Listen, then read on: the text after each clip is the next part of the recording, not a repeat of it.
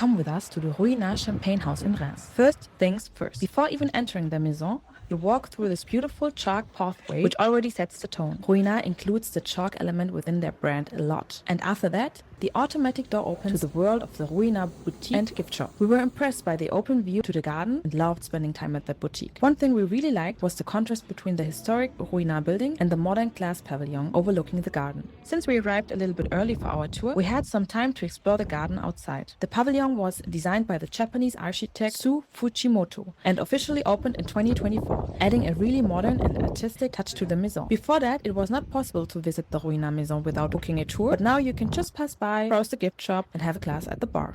And then it was time for the actual tour. We first entered the historical building for a short introduction, but as always in Champagne, the real magic happens underground. So naturally, we had to go down. First staircase, spoiler, at the end there's an elevator bringing you back up, so don't worry about the stairs. And then there's the second staircase. And suddenly you arrive deep underneath Reims, inside Ruinart's famous chalk cellars. Endless underground corridors, vintage bottles everywhere, and this incredibly calm atmosphere. The natural chalk walls keep the temperature and humidity stable all year long, which makes it the perfect environment for storing and aging champagne. And yes, this was probably one of the most aesthetic cellar tours we experienced in Champagne. What we really liked about Ruinart is that the maison combines art and champagne in such a modern and elegant way. Throughout the tour, you'll find projections, installations, and artistic elements mixed with the history of the house and the traditional champagne method. And if you want an even more exclusive experience, Ruinart also offers private tastings and private cellar tours. And after all those underground tunnels and vintages, it was finally time to enjoy some champagne ourselves. Back in the tasting room, we had the choice between two different experiences. Either comparing a rosé non-vintage with a rosé vintage, or comparing a blanc de blanc non-vintage with a blanc de blanc vintage. Since we were traveling as a couple, we obviously decided to do both. And wow, it was so interesting to smell and taste the differences between the vintage and the non-vintage options. Our personal favorite was surprisingly the rosé vintage. It was super crisp, elegant, slightly fruity. Thanks for watching!